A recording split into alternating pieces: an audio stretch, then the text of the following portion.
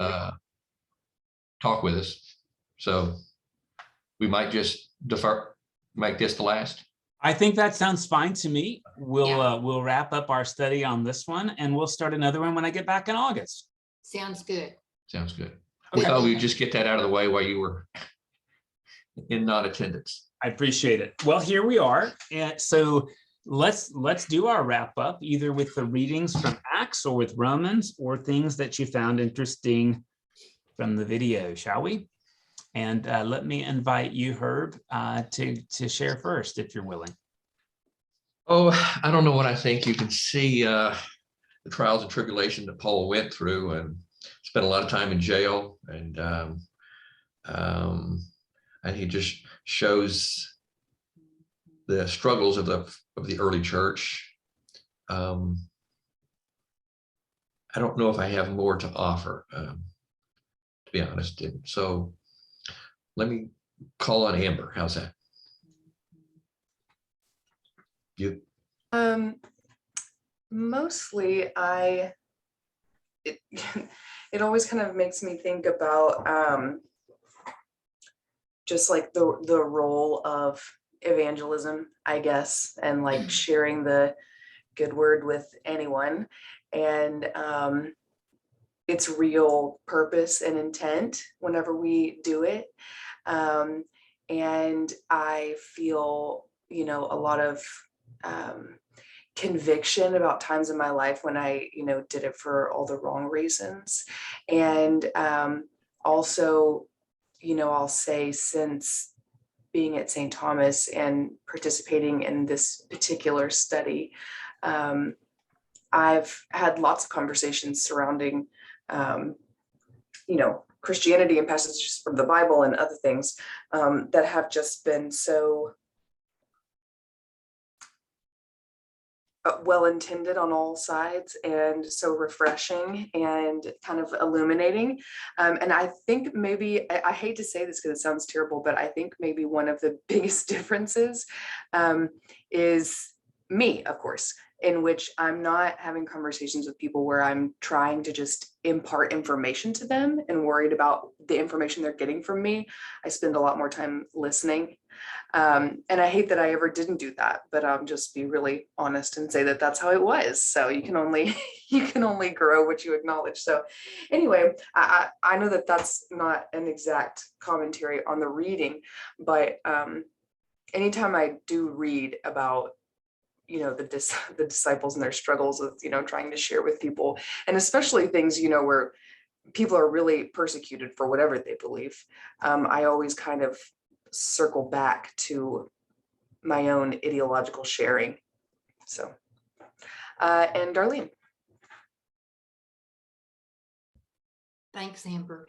I have a couple of questions about the video before I make a general comment. He was talking about the 5 churches in Rome. Did he call, I think it was 2 of them, slum churches? Yeah, and I think you would hear that word, like if you've been to Rome, you would hear that as like catacombs. And there's been a little bit of research, and this is what he said, like maybe there's 30 square feet per family. So it seems, again, like that's really small. I mean, you're kind of sleeping on top of each other, Yeah. And I realized that phrase slum churches or slum is an accurate descriptor, but it didn't feel good to hear them. It feels tough. Yeah, that was hard for me. The other thing was when he talked about Priscilla and Aquila, he mentioned, and I always knew that Priscilla was higher than Aquila, and I just thought of it in terms of more assertive or more active. But I think he said that Aquila came from a slave background. Did I hear that right? Well, that's a little bit of conjecture. Okay, I'd never heard that, and so that was new for me. Yeah, also new for me. Okay, Okay, so I'm not totally out of the loop. I am out of the loop, but I'm not. We also heard, if I can, Darlene, that by their names, he could tell they were slaves, which I thought was interesting. Oh, okay. I missed that. Thank you. Thank Yeah, you. and I'm not familiar with that research. So again, like that's new for me. Okay. He mentioned Paul's task of unifying the world for the gospel. That kind of leads into my observation of Paul, and Herb mentioned the hardships that he endured, the wrecks and the incarceration. But for me, the biggest hardship would be trying to bridge the gap between all these diverse cultures and the diversity in theology, and how he worked so hard to have a foot in both worlds, and how he used language, used his education, he used every tool he had within himself to fit in or to not alienate. And I just can't imagine that balancing act. And I also see that would be a balancing act for leaders in the church. Yeah. Because we are such a diverse group. And I think many of us have pretty strong opinions in certain areas, and knowing when to express those opinions and when not to express those opinions would be really valuable for us as leaders. Yeah, that's fair. More than fair. Yeah. Okay. John, what are your thoughts? Well, first off, I enjoyed the reading, and I pulled up maps and followed Paul's path from place to place to place, which I thought was very interesting. I think a couple of things. One, Mike, you may remember we read, I believe the name of the book was Last 7 Days. It was a very interesting book about the last 7 days of Jesus Christ's life. And one of the things that in that book that I found very interesting was that the chief priests were, well, I'll just say in that book, they were kind of between a rock and a hard place. They had, it was, if I'm not mistaken, it was Passover in Jerusalem. And so the population of Jerusalem went from 40,000 or so to 500,000, and the chief priests had to negotiate between the 500,000 Jews who'd come to Jerusalem and the Romans who came in mass, in military, came in to kind of control things. But the whole point here is that in that case, the chief priests or priests, and I guess it would be the Pharisees and the Sadducees at that point, all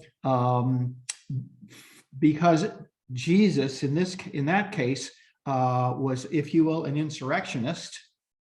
Paul does something very similar in Jerusalem. When he goes to Jerusalem, even though he does everything he's supposed to do, and they lie about who he took into the temple, he still has much of the same issues with the chief priests and scribes, such that he ends up going, of course, to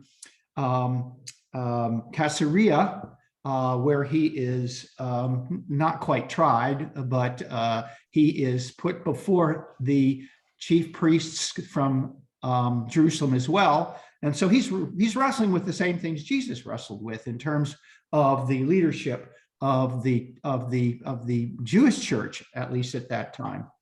I found that very interesting, that there was such a kind of similarity between the two at that time. I do have one question, though, that perhaps, Mike, you can answer. Paul went to Rome, and if I'm not mistaken, Agrippa said basically, if you hadn't claimed to need to see or to go before the Roman, oh gosh, what's the term? Caesar. Caesar. If you hadn't claimed that you needed to go before Caesar and speak to him, I'd let you go. But he did, and so he goes to Rome. But he goes to Rome, from what I read, because he wants really a foothold or a place to go from to Spain. My question is this: it says that there were no, I think they said in the video that there were no Jews in Spain at that time, but there were two large Jewish populations, if I remember correctly. One were the Ashkenazis, which were in Eastern Europe, and then there was the Sephardic Jews, which were in the Iberian Peninsula. So did they come later, or were they always there? And that's my question, Mike. Yeah, so it's a good question, John.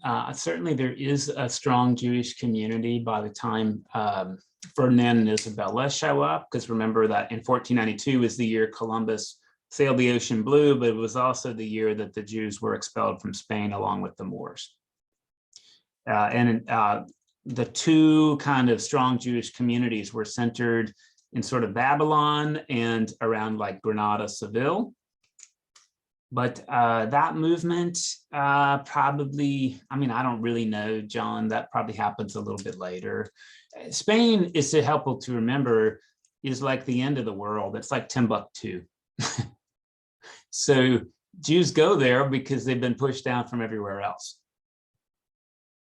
And it's only really when the Islamic conquest happens, Islam tolerates Jewish folk better than Christian nations do. So that explains some of it. Most of that then comes later. So there, at the time, CE 60 or so, there really weren't any Jews in Spain to speak of. I mean, I don't know that there were a lot of people in Spain. Well, but yeah, I don't think that there would be a lot of Jewish folk. No, I don't think so. Keep in mind that at this time, right, there's still a temple in Jerusalem, and like you're obligated to go there. So it's difficult to make that journey from the end of the world, right? Mm-hmm. I mean, there is a considerable Jewish population, we think, here and there in the Roman Empire. But again, that's really out there. Also, what we haven't, if you'd speak to, when was Paul put to death? Well, we don't know, but most people say around 60, 64, got sort of the soft gradient. When did he get to Rome? Around 60. But he was put to death pretty quickly once he got there. Well, I mean, most people think 2 years. So like take that gradient and add plus or minus 2. Did he ever get an audience with Caesar? Nobody knows. I mean, keep in mind that in 64 is when Nero might have burned Rome down himself and blamed that on Christian folk as convenient scapegoats because Christians were considered antisocial, anti-society, that is, right? Because they would not offer sacrifices to the genius of the emperor. Back to what Darlene mentioned about the slums, is that where the Christian religion kind of grew from? Were there aristocracy who were Christians as well? Yes to both. But keep in mind, there's no public buildings. Those aren't allowed. See, people are meeting in homes, and there do seem to be these catacomb churches, that is to say, where people choose to gather.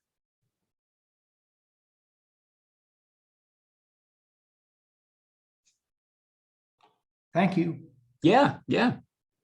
I just want to point out that Paul tells his conversion story on the Damascus Road. It happens 3 times in Acts, and it's different every time.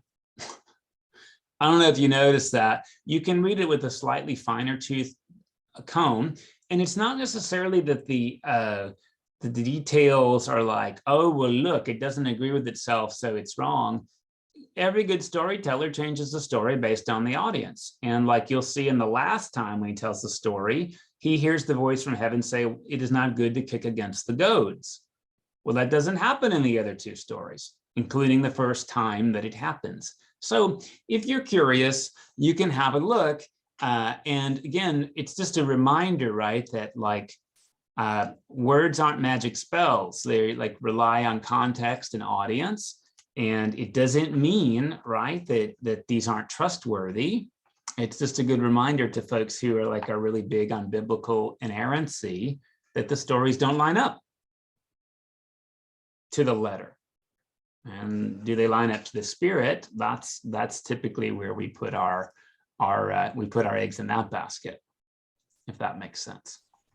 Mike, I wondered, and I hope this isn't just terribly off topic, but on that same note that you're talking about now, I wondered where, for a lot of people, we have this idea about, I know using like words as magic spells is as old as time, but I wonder how that got introduced into Christian practice in terms of needing to say that special prayer that, because I guess I always thought of baptism as this outward showing and reflection of faith that brought you into community because you did it with people you were in community with. Mm-hmm. And kind of like almost like marriage vows or something else where you get up in front of people and say, yeah, I'm committed to this person. But this idea that this special prayer, when you say it, somehow is magical and changes things. So like, I just wonder where that idea came from in terms of how it has woven itself into Christian practice. So I don't know where the idea came from, but it's obviously an old idea because during the Middle Ages, when illiterate priests held up the bread and they said hocus corpus meum, those are the magic words. That's where the phrase hocus pocus comes from. Either the illiterate priest mispronounced it and children said, look, those are magic words, or children misheard it because they didn't speak Latin. But you'll notice that like there was a Facebook thing or a news article like 2 weeks ago where Rome has invalidated a bunch of baptisms because the exact phrasing wasn't intoned. The priest apparently used the word we instead of the word I. And so like that still happens. I don't know the answer, Amber, like when did that start? I guess it just sort of depends on how we view sacramentality. I've had a few people push back on me, I'll just be honest, because in Rite One language, I say, hear the greatest commitment instead of the greatest commandment. And when I explain that like a commitment is something I choose to do, which I think is like a lot more viable than just announcing a commandment, right? Like do this. Instead, a commitment is like I choose to. What I heard back is like, well, tradition says do it this way, so you're wrong. And that's fine, I can be wrong, but we're still gonna print commitment in the bulletin as long as I'm here because like that's spiritually meaningful to me. But I just have to recognize that it isn't for everybody. And so, like this is always this tension, right, between like community and an individuality. And look, as a priest, the question is, do you want me to get up and read the book, or do you want me to pray? And there's certain people that just want me to read the book, and I think that's, to me, it's a little odd because I do believe in tradition. But why'd you send me to seminary? I could have read the book before I went. I don't know if that makes sense. Now, we don't have to all agree, which is why I don't change the book. Mm-hmm. But when I get up there, it's my prayer. For me, the language isn't really important. I've had folks here, and this happens everywhere, that are like, hey, we love the prayer of humble access. So like, why aren't we doing that in the service? It's because I hate it. And I'm not going to pray a prayer that I hate. That's disingenuous. Like, you should remove me when I get up and I pray things that I don't mean. That's what I believe anyway.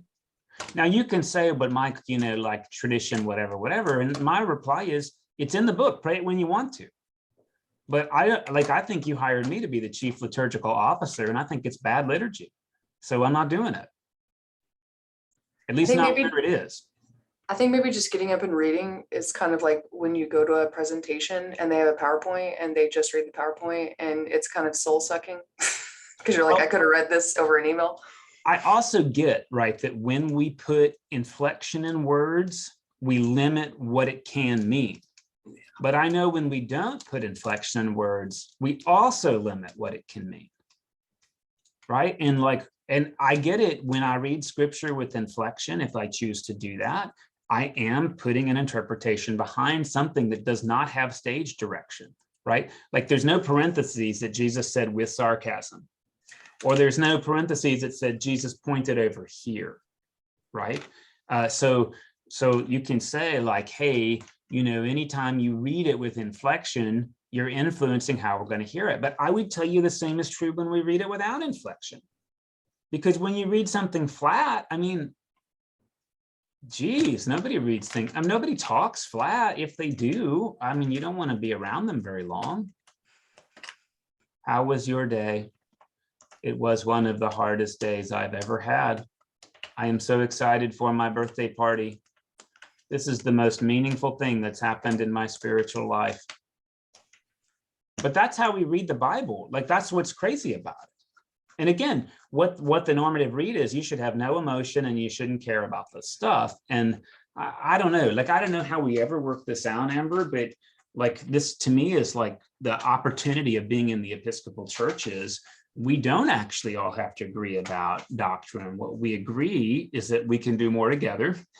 We choose that we're going to come to worship. I mean, look, I'm going to say this controversially, like, I do say the Nicene Creed because we have to, but I wish we didn't.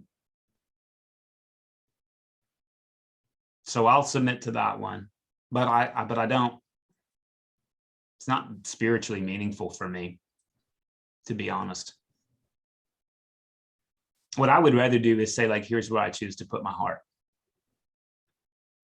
Yeah, I think, I think about people being imprisoned for their faith and other things. And I guess I feel like it's really divisive, to have it become so intense about this exact prayer is the thing that, offers you salvation in whatever way, because different words have different meaning to different people. And I think it contributes to salvation's a gift. You just have to open it type of mentality, right? Which, like you said, if you have to do anything, then it's not actually a gift anymore. So yeah, I think that's right. And I think, like, Amber, I think what you're asking is a question I'd love to put before us, which I don't know if there's a great answer to. And I think I've mentioned it before, but I took a class in seminary. We had to take these classes that were like in practical ministry. I think it was called like something about evangelism, right? And so each week we talked about ways we could do evangelism. But like week one, I remember asking the teacher, so like, what is the good news? And the teacher said, well, we're not going to talk about that in here. We're going to talk about how we share it. But I think this is like a really important question. Like, what is it? Good news. Pray these prayers exactly like they're written and they'll work. Good news. You're going to hell when you die, but you might not have to. Good news. God hates everything you do, but actually loves you anyway. I mean, you hear what I'm saying? It's like very strange. And I was talking to a colleague even this morning who had been solicited to apply for a church for like a priest job. And this colleague said, well, the thing I don't like about it is they said they're not interested in evangelism. And I thought, like, boy, sign me up. That sounds great. I think because the word is so tainted, right? And I listen to our Jewish brothers and sisters come present to us. And basically, like, Jewish people are not evangelical because they say, like, why would you want to live like this? But we have to. And I don't feel like I have to, but like I get some of the tension. It's like, hey, if you really want to have my faith, there's a lot of steps. I'm not even sure you want to take those steps. if you want to walk together, like, here's where I've been, here's where you've been, let's talk about it. Now, look, I think this story is right for me? I do. And I've looked around and like, this is still like my story. Do I want to improve on it? Of course I do, because there's like ways the story has been like not used well. Do I think it's right for everybody? That just seems really arrogant of me to think. And there's tension in that, right? Like, this is really life-giving for me, and I would like to share the parts that are life-giving for me about this, but I recognize that like, you got to do what's best for you. And if you choose something different, like, it might be wrong for me, but that doesn't mean it's wrong with a capital W. And this is where I think like it's important to think about what happens throughout the whole book of Acts. And as like we look over the whole deal, right? Like, Paul really is trying to create some unity among folks, right? And it would be really great if we could have unity with people irrespective of their doctrinal positions, or frankly, whether or not they consider themselves Christian. That seems like that is part of the good news, is like, look, like we belong to God. So let's act like that.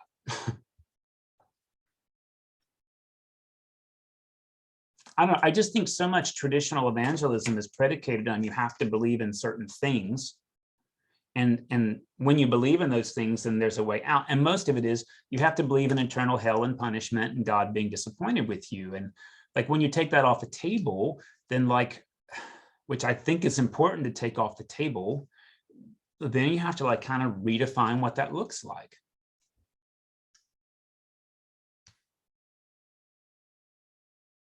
I'm not saying there's no hell. Like, I think there is. I think it's on earth. I've lived there. In fact, I could go back there in a second. Sometimes I love going back to hell. But I just think it's really hard for me to reconcile the idea that God has grace and God is love, and perfect love drives out fear, with the idea that God will punish me forever for something I do that doesn't even last forever. You know, like, I appreciated the first rabbi coming and saying like, yeah, we all go back to God. And if God needs to take care of some like discipline, God will do that. But why would that be forever? That would be unreasonable. It's like, wow, like, how refreshing. I mean, I don't want to punish my own children forever. And like, I'm not a good person. So like, surely God is better than me. You know, like, I don't know.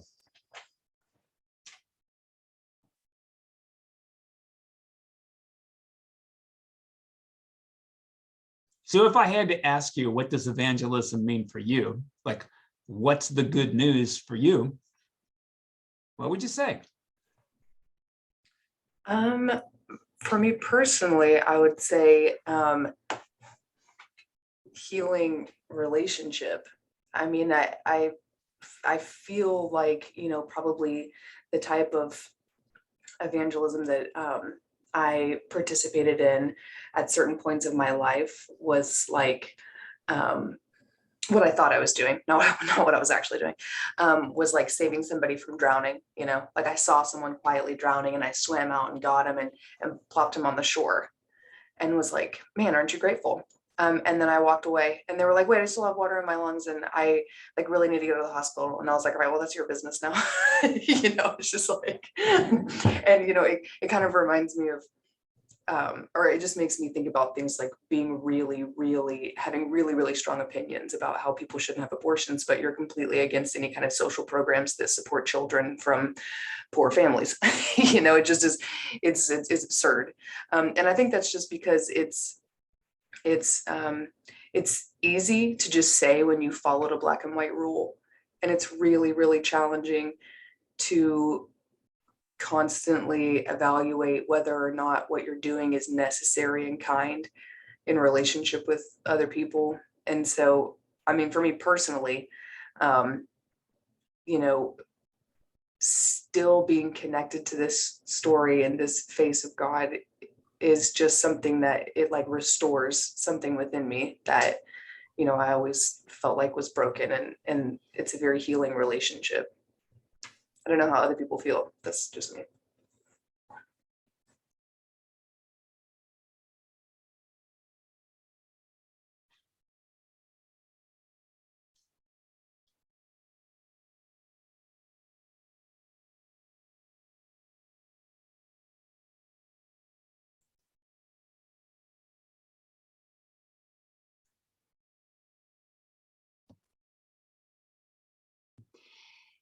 for me, the good news is an awareness of God and being grateful for that presence in my life and the love that it brings, and being so grateful that I want to share it with others. And that sharing comes not from my words, but my sharing comes from relationships and being able to use the gifts that God's given me to enhance those relationships. So my evangelism is action, behavior, presence, not words.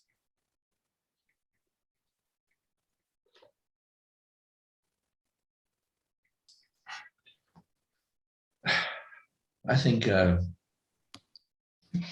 is a loving God, and he wants us to know we're loved, and that he has freed us from our sin and guilt, and offered us, heaven, not just later, but now.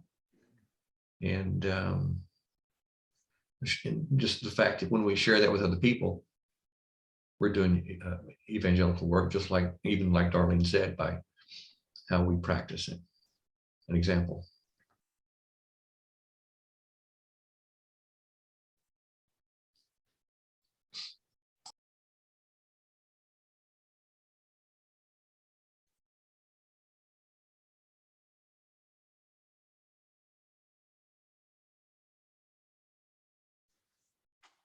Thanks. I think I find myself also like the story matters a lot to me, but the story matters like not because it happened a long time ago, but the question is like, how do I resonate with the story? How do I learn from it? How do I live into it? And ultimately that does involve like sort of sharing, and peace and joy seem really, really important. And so like having read these stories, like how we talk about them is really important to me. I have to be honest, like I don't have that same measure with the Quran, because like it's not my story. I mean, maybe it could be, it isn't. So I don't know that I'm prepared to like tell somebody my stories are better than yours. But if we've got these stories in common, like here's how they matter to me, and they matter because they guide me hopefully to like connection with other people, connection with the universe, connection with God, and a deeper connection to myself. So like I think all of those things are good news. Like the universe is benevolent. God is interested in you, and I want to be too. Like to me, that seems to be some of the key parts of the good news. And all of that, like Herb said, is like both now and later, and maybe more emphasis on the now, because that's where I am.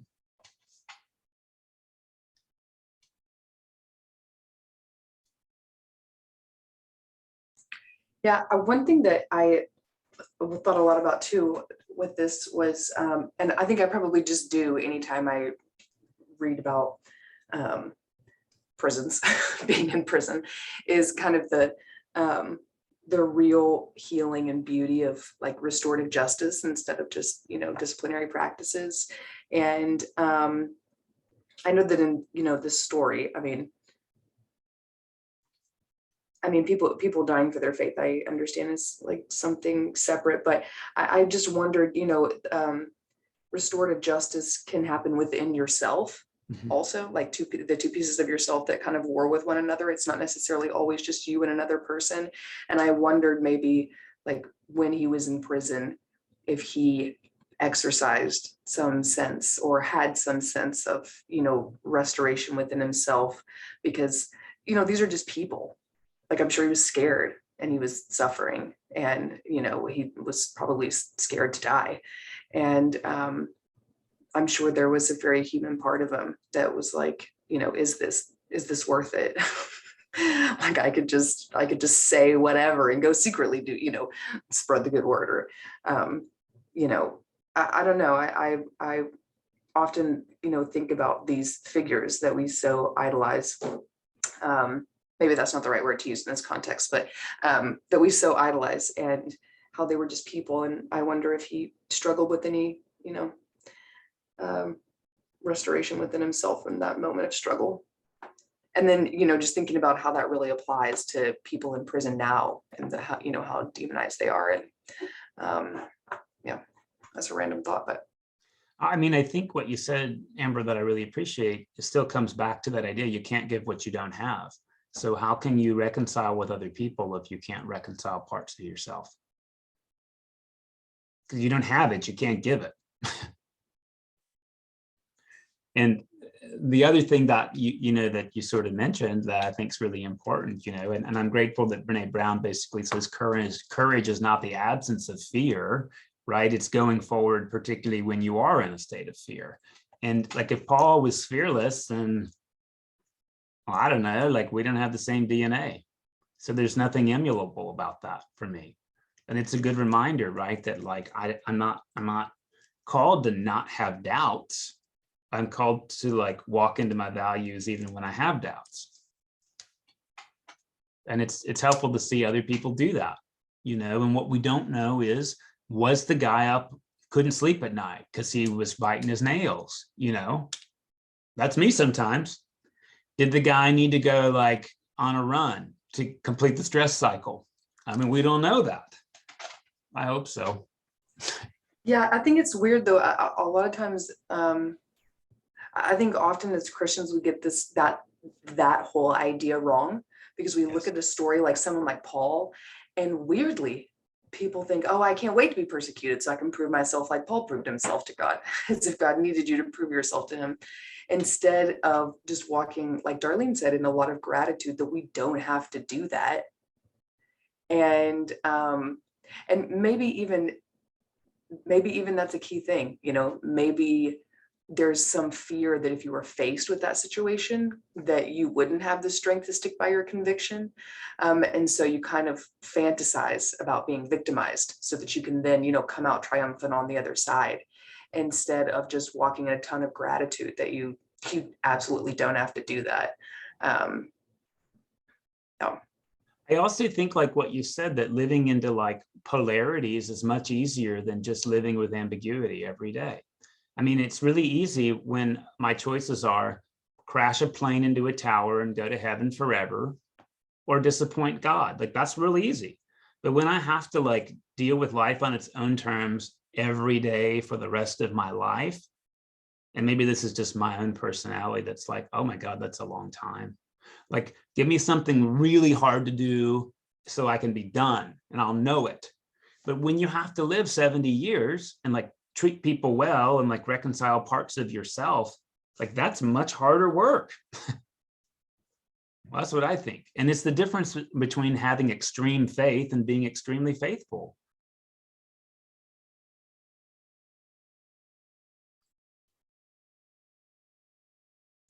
That's good. You should go trademark that phrase. Yeah, I don't think I can do that. But I mean, I do. It is important. I mean, like the church I grew up in wanted me to have extreme faith. And I get why. It's easier. It's really easy to get energized around smuggling Bibles into communist China. Like that's a thing you do.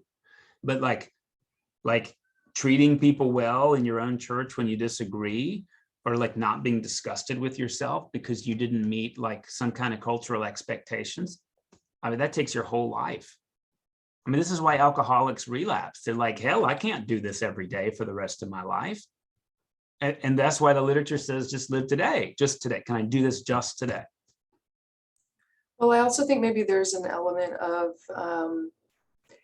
it's so much easier to forgive yourself for the things that you personally find distasteful in extreme situations. So it's much easier to forgive yourself for having doubts, or for being unkind, or for being selfish, or, just whatever.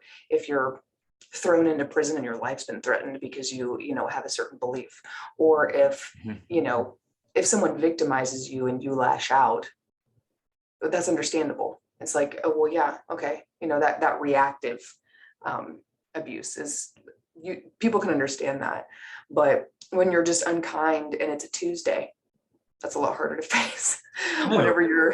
When you have doubt and it's just, Thursday night, that's harder to reconcile within yourself.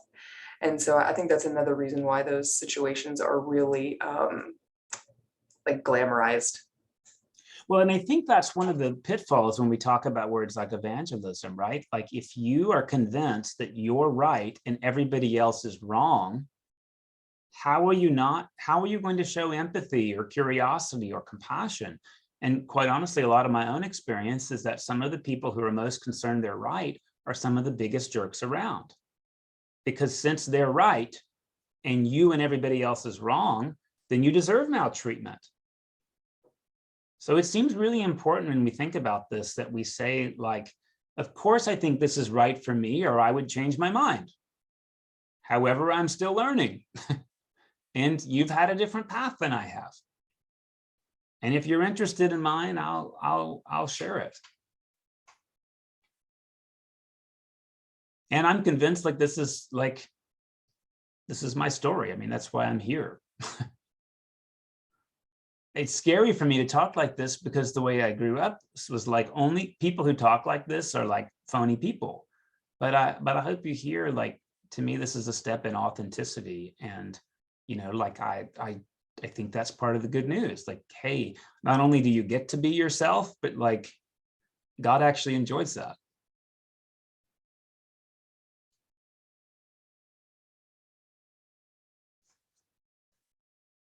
I don't know why God enjoys that, but like, I'll take it on faith that God does, that to me is like the intermediate step.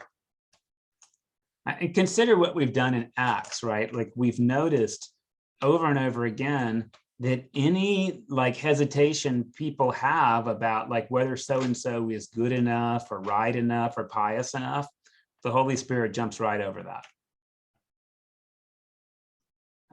Notice that like even like a not even super careful read is really about how do we live in unity as slaves and masters, male and female, circumcised and uncircumcised, right? Those are problems for us. They're not problems for God. And the invitation is to like, hey, let's have God's view. So this potential division that's driving me crazy, it doesn't have to divide me because it doesn't divide God. That means I've got growing up to do.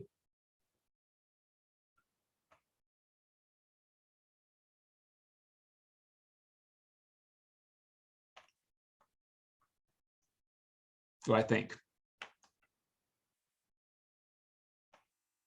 And I think that becomes really, really important, like we've talked about the last couple of weeks, because we started this time reading Genesis and reading Exodus, right? And I think like a good read of Acts is not like, oh, look how those Jewish people screwed it up. That's why God doesn't love them as much as God loves Christians. Like, this is our story. This is our story.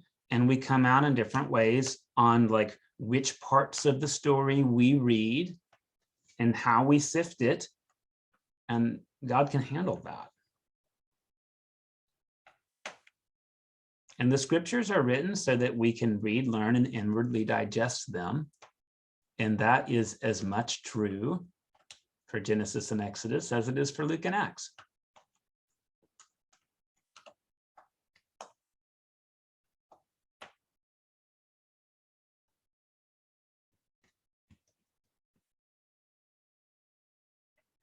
Let me ask if this overall, because here we are at the end, anything from the course you want to draw out or anything that was particularly meaningful for you, or like, Mike, if you do something like this again, please do not blank.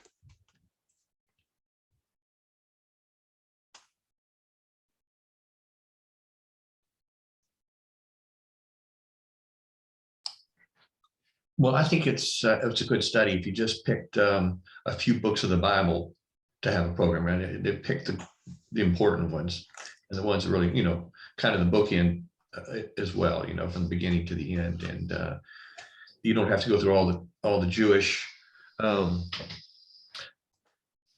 and tribulations and through Kings and Corinthians or Galatians, like the Old Testament books, the Judges and all. But these were, you felt like you read the most important books that there are for a Christian to be reading, you know, so. And it's good to do this from time to time, even if you studied all these before, you see new things, you recall things you forgot, and you see it in a new light, and it's kind of helpful. Thanks, Herb.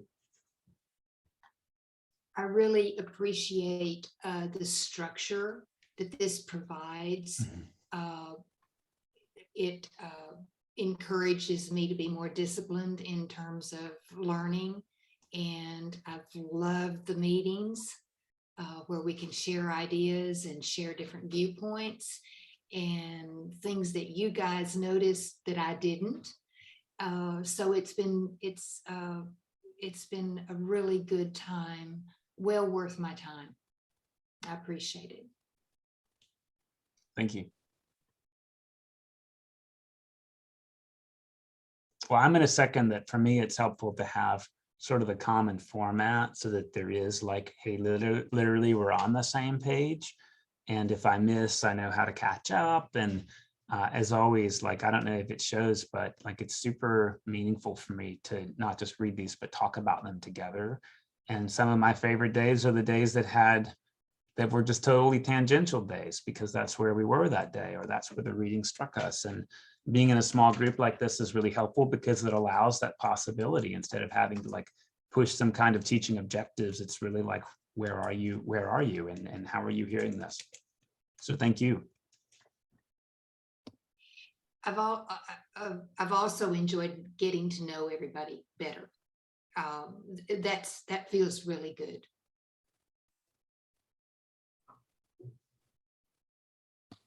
Yeah, I'll definitely second that. While I am absolutely not shy, obviously, I do have horrible social anxiety with people I don't know in person. And this has been a very welcome meet in such a wonderfully intellectual way with everybody. And I think probably my favorite part of this was realizing all of the ways that I was wrong about things I thought about the Bible. That was so fun. That just is hilarious. And how brave everybody is. I mean, you know, these are recorded, they go on the internet, anyone could watch them. And the fact that so many people showed up with just genuine questions, genuine thoughts and feelings that they knew might be challenging for other people, or that, you know, they just openly say, even like, I know this is wrong, meaning, you know, biblically or morally or whatever. And they still just have the courage to say it anyway, so that a discussion could happen and spark other people's ideas. I think is like really amazing. Thank you. And I appreciate how much conversation John Leedy moves forward, because this man has questions and I am here for it all day long. So thanks, John.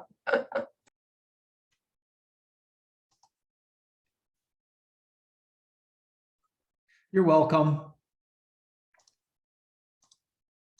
John, do you want to have the last word?